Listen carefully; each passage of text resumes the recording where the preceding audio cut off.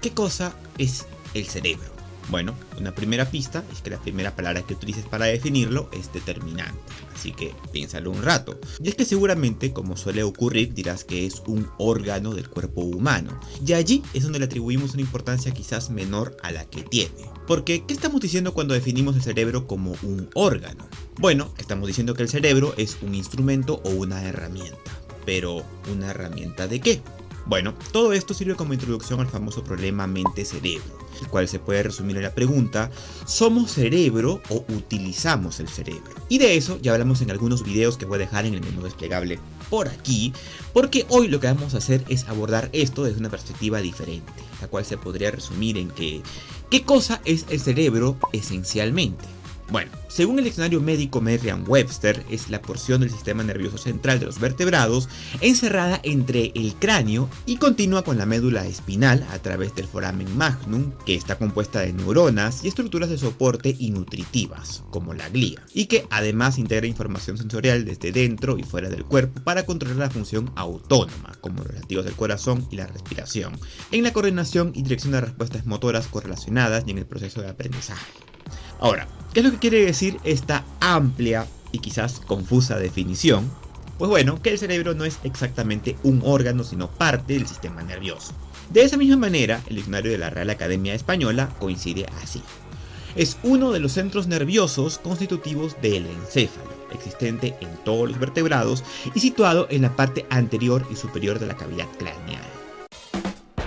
Así que, a pesar de lo que comúnmente se cree, para la ciencia la definición de cerebro es un tanto ambigua. Y es que, en primer lugar, se le considera parte de un sistema nervioso, parte de un conjunto de órganos y estructuras de control de información del cuerpo humano, de modo que muchas veces el concepto del cerebro se confunde con su propia anatomía. Por ejemplo, sabemos con certeza que el cerebro es una masa de consistencia blanda, que se ubica dentro del cráneo, que es parte del sistema nervioso, que está compuesto por unas 80.000 millones de neuronas en su edad adulta, que pesa 1.4 kilogramos, que mide alrededor de 1.200 centímetros cúbicos, que el 80% es agua, que está dividido en dos hemisferios y que se ocupa de procesar las percepciones, almacenar la memoria y del movimiento del cuerpo. Pero hay que decir que todas estas descripciones solo están respondiendo a la pregunta: ¿qué cosa es el cerebro? Cuando la pregunta real vendría a ser: ¿qué es el cerebro en esencia? En otras palabras, la ciencia se ha dedicado a explicar bien qué es y cómo funciona aquel ordenador. Sin embargo, no explica muy bien quién está dando las órdenes, si es que hay algo que está dando las órdenes, o es solo una mera ilusión. Porque, por decirlo de algún modo, podría ser que el cuerpo humano funcionase bajo un guión en el que el cerebro sería el encargado de asegurar la supervivencia del mismo, dándonos una falsa sensación de libertad en cada decisión que tomamos, cuando en realidad todas ellas están destinadas a maximizar la duración del mismo organismo. Convendría entonces analizar cómo surge el cerebro desde una perspectiva evolutiva. Y para ello debemos revisar el cerebro dentro del emergentismo, es decir, como una propiedad del ser vivo que ha emergido en algún punto de nuestra historia, creando un antes, donde no existía tal propiedad, y un después, que es a partir de donde aparece.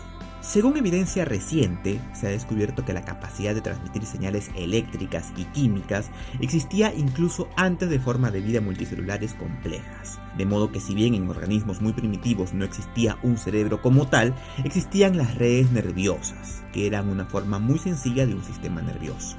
Es complicado saber cuándo exactamente se produjo la complejidad necesaria para que las redes nerviosas formen una estructura semejante a la del cerebro. Entre todo ello, porque el tejido blando es difícil de hallar como un fósil. Sin embargo, los científicos pueden inferir que la primera estructura cerebral apareció hace al menos unos 521 millones de años en los primeros nidarios y ctenóforos. Y no te vayas a creer que esta era una masa con forma de brócoli como la conocemos hoy en día, sino que apenas se trataba de una red de neuronas que les permitía reconocer alimentos y tener contacto con el exterior.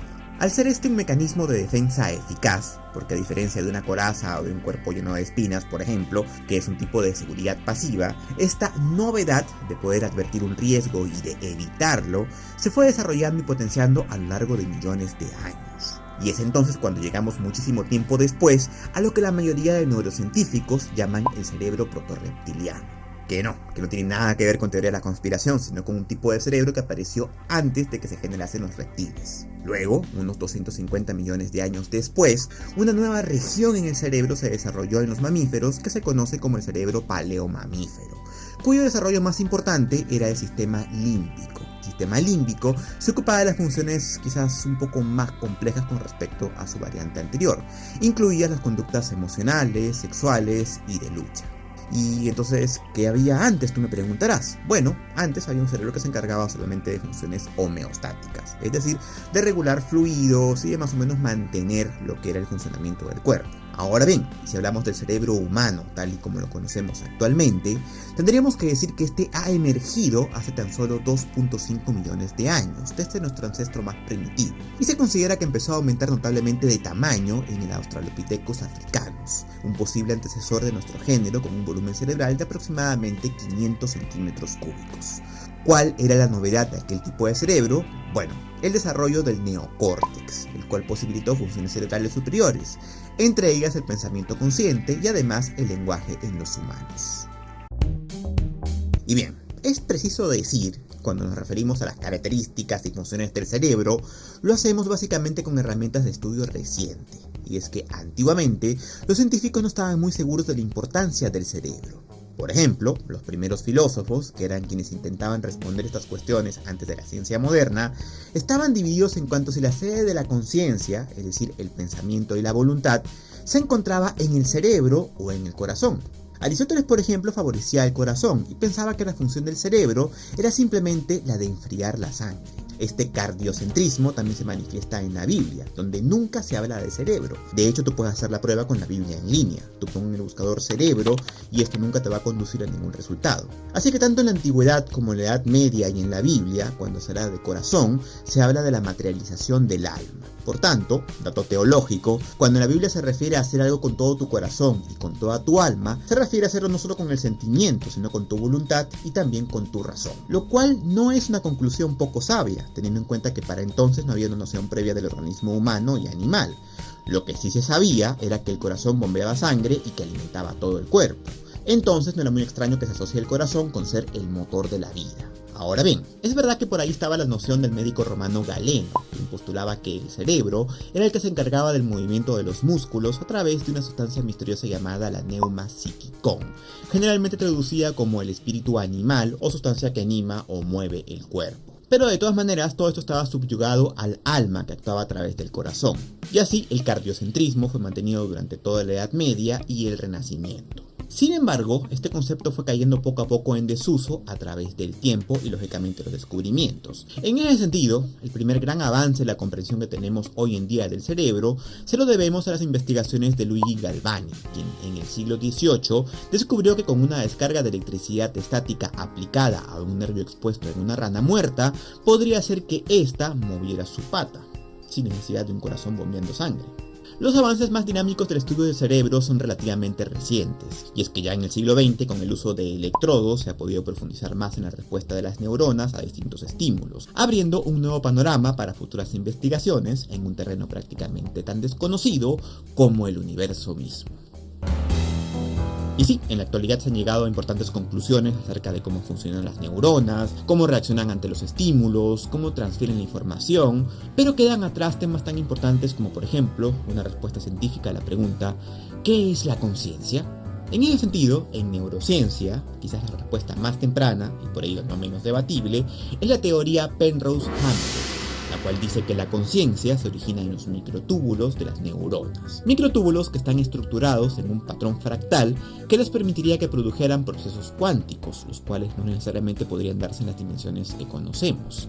Esto, naturalmente, pertenece al campo de lo teórico, es decir, no ha sido comprobado aún, pero intenta hacer al menos una respuesta. Con lo cual, ya para colmo ni siquiera queda claro, si es que debe demostrarse, efectivamente podríamos estar ante un portal que conecta el cuerpo con lo que se conoce popularmente como un alma, en otra dimensión.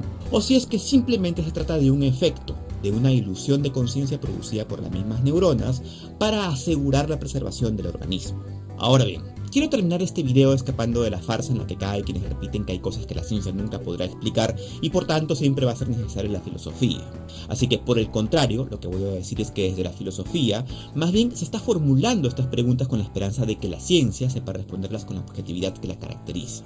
Definir científicamente qué es en esencia el cerebro, cómo se origina la conciencia e incluso qué es la inteligencia, la creatividad y el conocimiento, podrían abrirnos la puerta a una nueva era en la historia de la humanidad, porque no solo esto nos llevaría a una mejor comprensión del fenómeno humano, también podría explicarnos mejor qué pasa con la conciencia después de la muerte, o qué tan dependientes somos de nuestra biología. ¿Existe el libre albedrío? ¿Podríamos ser totalmente predecibles para un sistema informático?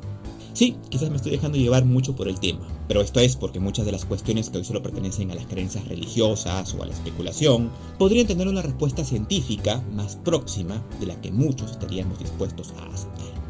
Si este video te gustó y quieres venir por más material parecido a este, te invito a suscribirte a mi canal y a pinchar la campanita para estar atento siempre a todas las notificaciones. De momento se despide de ti tu amigo Josué, esperando verte en una muy próxima oportunidad, no sin antes agradecerle a los Patreon del mes, así como también a las membresías de pago del canal. Muchas gracias a todos por permitirme nuestros videos como este. Nos vemos muy próximamente. Espera atrás. Chau.